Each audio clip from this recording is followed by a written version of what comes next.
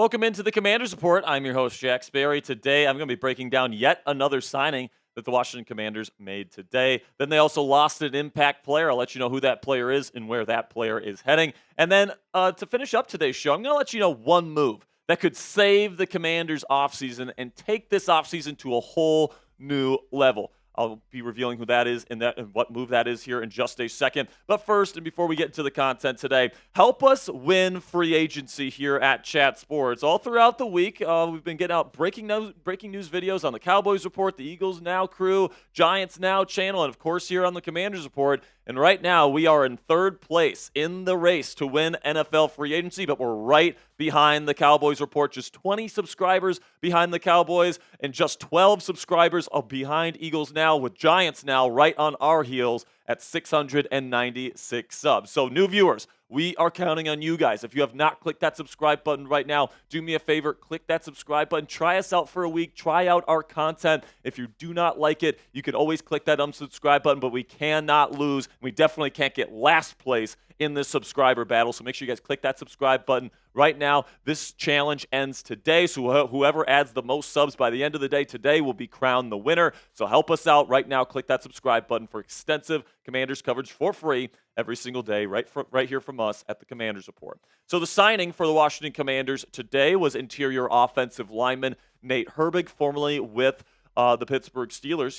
He's coming off a major injury to his lower body. So he's going to be a backup. He's going to be solid interior offensive line depth. He has been a starter before, previously with the Philadelphia Eagles and, of course, the New York Jets as well. He was slated to be the starting center for the Pittsburgh Steelers last year, but he ended up having a season-ending injury in training camp, so he did not play at all last year, and he's just solid interior offensive line depth. He can play center, he can play guard, he has played both in his NFL journey so far, so if God forbid Tyler Biadasz gets hurt, or Sam Cosmi gets hurt again, or whoever's playing left guard next year gets hurt, Nate Herbig is certainly somebody that brings some versatility here and can fill in when needed, and he's going to be very, very solid interior offensive line depth for this team. But this team did lose a very impactful player from 2024, and that is Dante Fowler Jr., who is on his way back to the Dallas Cowboys after spending a season here in Washington. And this is a move that I am very disappointed by because the Cowboys got him for a one-year deal,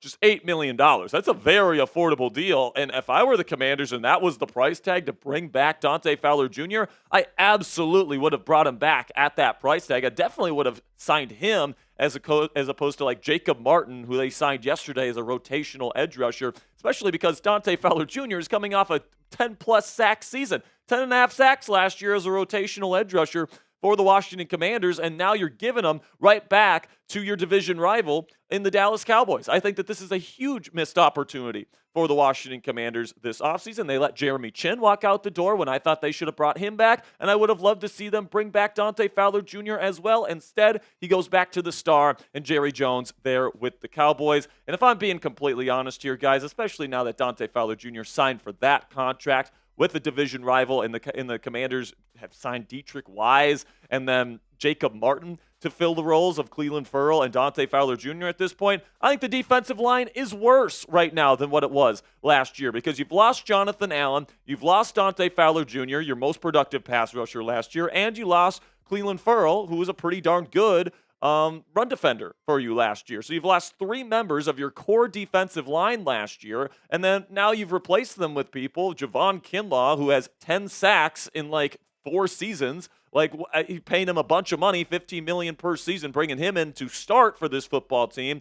Then you have Dorrance Armstrong still, who really didn't do all that much last year. He's your number 1 edge rusher right now. You got Dietrich Wise, who's a decent player, but I don't really think that he is a big upgrade over a guy like Dante Fowler Jr. And you got Jacob Martin, who is also a pretty decent rotational piece. But honestly, I think with Jonathan Allen, Clelin Ferrell, and Dante Fowler Jr., this group was better last year than what it's currently looking like right now. However, the move that could potentially save this group is if the Commanders and Adam Peters have their eye on a bigger fish. And right now, according to Diana Rossini of the Athletic, the Washington Commanders are eyeing a trade for Trey Hendrickson, and a trade for Hendrickson, ladies and gentlemen, I believe can be the move that takes this offseason from kind of a disappointing one to this point, especially along the defensive line, to something that could absolutely catapult the Washington Commanders forward defensively heading into the 2025 season. And because of that, right now, according to Diana Rossini, the Bengals are asking for quote-unquote significant compensation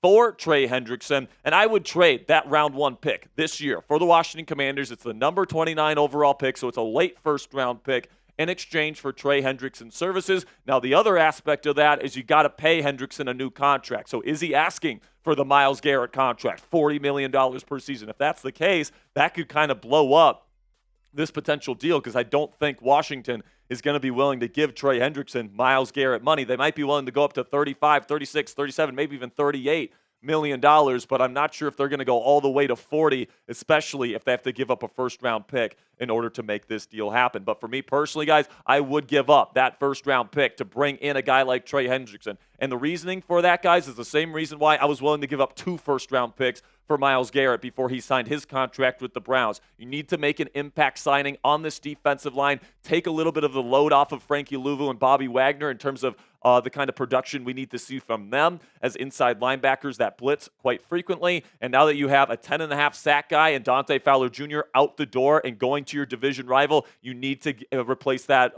production somehow. And Trey Hendrickson is certainly the move that could certainly kind of explain why the Washington Commanders haven't made bigger moves along this unit so far this offseason. So would you accept this trade? Let me know down there in the comment section. I think this has a pretty darn good chance of happening, ladies and gentlemen. I do think the Commanders are pursuing Trey Hendrickson, and I'm hoping a deal can get done. I hope Adam Peters is able to come through here. But type A if you would accept this, or type D if you would decline this. In just a second here, I'm going to tell you about our sponsor today at Fanatics. And while I'm talking about Fanatics today, let me know down there in the comment section if you would accept or decline this trade offer for Trey Hendrickson.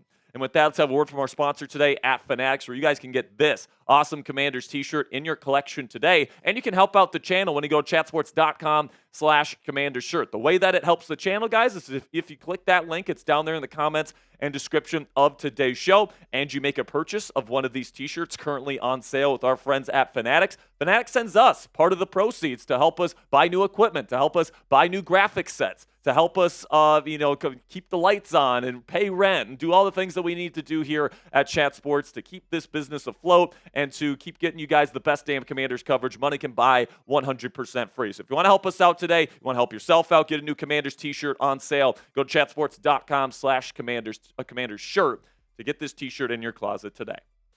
So I want to finish up here by just kind of giving my take. This is the first week of free agency as we head into the weekend. First 5 days of free agency, in my opinion, have been rather disappointing. So for the Washington Commanders, all right? They've struck out on a couple players, apparently, that they went out and pursued. They have not secured Trey Hendrickson in a trade yet. And, I think that there are some moves that the team has done a really good job at. You take a look at some of the guys that they have signed and re-signed to this point. Deebo Samuel Jr., obviously that trade of a 5th-round pick was one that I really liked. I thought that was a really good trade. You upgraded your wide receiver 2 position for just a 5th-round pick, which is the compensation I would have offered for him. It's going to be interesting to see if he has a bounce-back season, but he certainly has question marks associated with his play heading into next year. Zane Gonzalez is back. The team has not brought in another kicker, so it certainly seems at this point, at least, that the Commanders plan on making Gonzalez their full-time starter at the kicker position at this point with no competition in camp, or at least not serious competition. Then Bobby Wagner and Zach Ertz are back as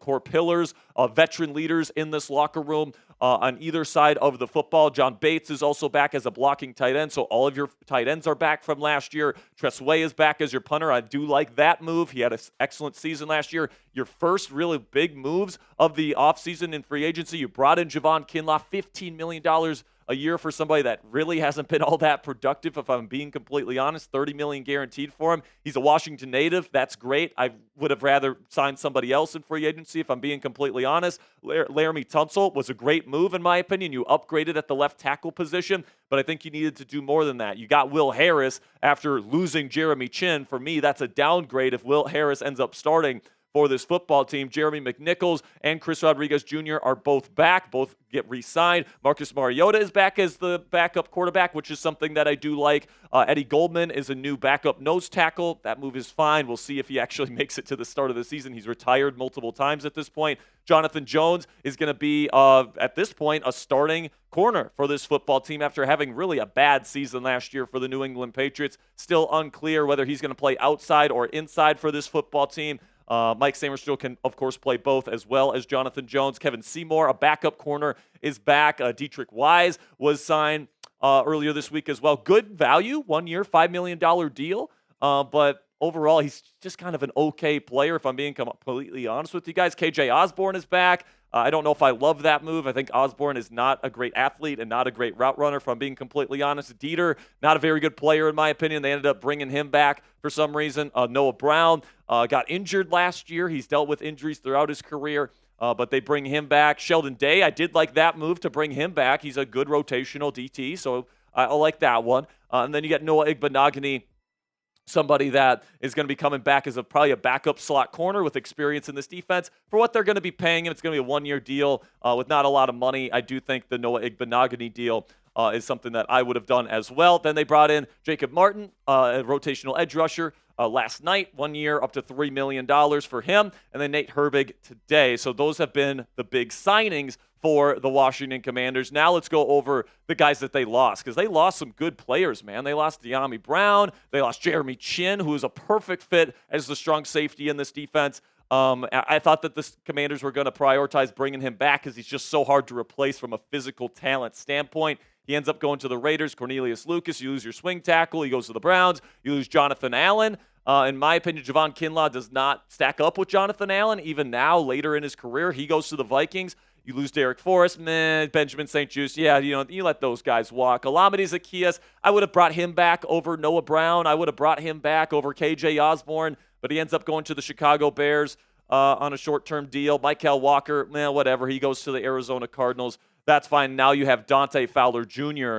going to the Dallas Cowboys, somebody with 10.5 sacks that ends up going elsewhere in free agency. So with all these moves and all these players leaving the organization, you take the balance here and you look at the roster. Compared to where it was last year, where have they upgraded and where have they downgraded? I think that there's some areas that they have slightly upgraded, some areas that they have truly upgraded, and then there's some areas, specifically on defense, where I think they have downgraded, all right? Quarterback's the same. You literally have the same quarterback room. You literally have the same running back room. You literally have the same tight end room. I think you slightly upgraded wide receiver by bringing in Deebo Samuel. I think you truly upgraded the O-line by upgrading the left tackle spot, and I think Brandon Coleman being a new left guard will be an upgrade at left guard as well. So I do think the offensive line is better, even though it looks like they're planning on keeping Andrew Wiley at right tackle, which I don't love. On the defensive line, though, as we talked about earlier, I think that this defensive line is actually a downgrade. Now, if they trade for Trey Hendrickson, I think it's an upgrade, all right? And it's a true upgrade if they get Trey Hendrickson. So that's why that move is so important. But inside linebacker, literally the same exact room pretty much. The safety room, I think, is downgraded with Jeremy Chin being replaced with Will Harris. And then in the cornerback room, you still got some question marks. Marshawn Lattimore, is he going to be last year's version of Marshawn Lattimore, or is he going to be the number one corner that he was in seasons past? That's a big question mark. Will they play Mike Sainristil on the outside or inside? Same question with Jonathan Jones. And Jonathan Jones was a bad player last year, ladies and gentlemen. Is he going to turn it around to the player that he used to be in seasons past? And, of course, you bring back Zane Gonzalez and Tress Way, and you keep the status quo on special teams. So when I look at this roster, guys, I just don't know if I see a roster that is clearly upgraded despite a team that had a lot of cap space heading into this year. So I'm a little bit disappointed with what Adam Peters has done so far. I'm really hoping that they can land Trey Hendrickson, because that's the move that can be the centerpiece of an offseason that catapults this team to Super Bowl contention. So grade the Commanders' 2025 offseason thus far. Give me an A, a B, a C, a D, or an F down there in the comments section. For me, guys, I got to go C-, because with as much cap space that this team went into free agency with and went into the offseason, they had to prioritize bringing some people back. But, they brought some people back that, it's going to be a little bit of a question mark heading into next year. And they didn't bring some people back that I really wanted them to. I really wanted them to go and bring back Dante Fowler Jr. I really wanted them to bring back Jeremy Chin, and they didn't do those things. So, right now, I do like the Deebo trade. I do like the Tunsil trade that allows Brandon Coleman to move to left guard. That's something that I like. There's moves that I like here, guys, but with all the opportunities that they have had so far, I don't think that they've made the most of them. So I got to give them a C-. And, if they trade for Trey Hendrickson, this might get up to a B, B+, A- kind of area for me. But for right now, without that big move at edge rusher, I'm sitting at a C- because I think that they've missed on some opportunities. So that'll be it for today's show, guys. Thank you so much for making it to the end of today's edition of the Commanders Report. Make sure you guys click that subscribe button right now. Enjoy your weekend. We'll have more Commanders coverage for you guys throughout the weekend whenever they make more signings. If Trey Hendrickson gets traded, we'll probably go live on the Commanders Report during the weekend as well. So make sure you click that subscribe button if you haven't already. Until next time, guys, hail to the Commanders.